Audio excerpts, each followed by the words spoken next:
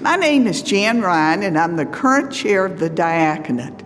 Several years ago, our church started utilizing deacons in a new way. Deacons no longer decide on business matters for the church, but rather they minister to their care group. Each of the 60 deacons are assigned church members who are part of their deacon care group. The deacons are either a small group or a at-large deacon. The small group deacons assist with the ministry needs of their small group, which is generally composed of their Sunday school class or an enduring small group. The at-large deacons provide spiritual care for those members who are not part of a small group, as well as providing assistance to the ministerial staff and small group deacons as needed. The deacons have ministered, developed meaningful relationships, and have grown spiritually by ministering to their deacon care group. The relationships between the deacons and the members of their care group has really taken root during the stressful times with COVID and hurricanes. Now, I also participate in the Karen ministry in our church.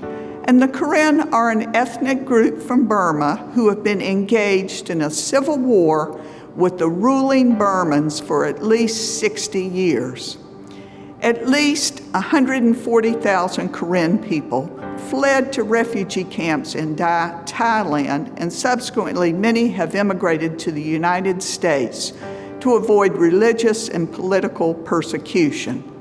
The Karen were the first sect in Burma to convert to Christianity, and specifically to the Baptist faith through the efforts of missionaries in the 1800s. I would like to introduce Nebulpa, who arrived in Wilmington around 5 years ago. She lives with her husband and her 3 children, ages 10, 4, and 2. Nebulpa quickly learned English and has been a leader among the Karen church. The Karen church meets here in our chapel on Sundays, except of course during the time of COVID.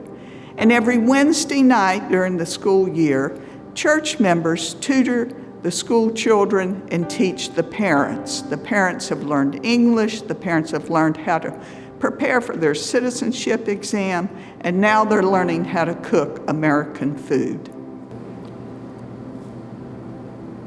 We could not go outside the refugee camp to work and had to stay in the camp.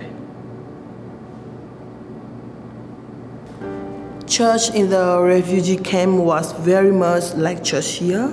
We had worship services, Sunday school, women's groups, youth groups, include youth choir and Wednesday night activities.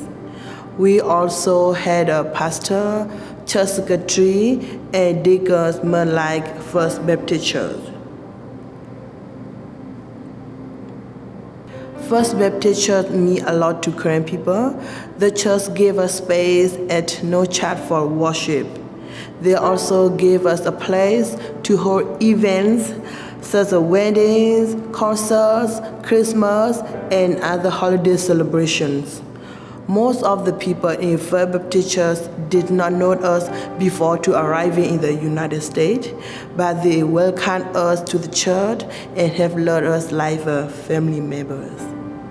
I have witnessed love, joy, peace, resilience, kindness, goodness, faithfulness, and patience from the Karen. They are so generous, and we are so blessed to have them in our church.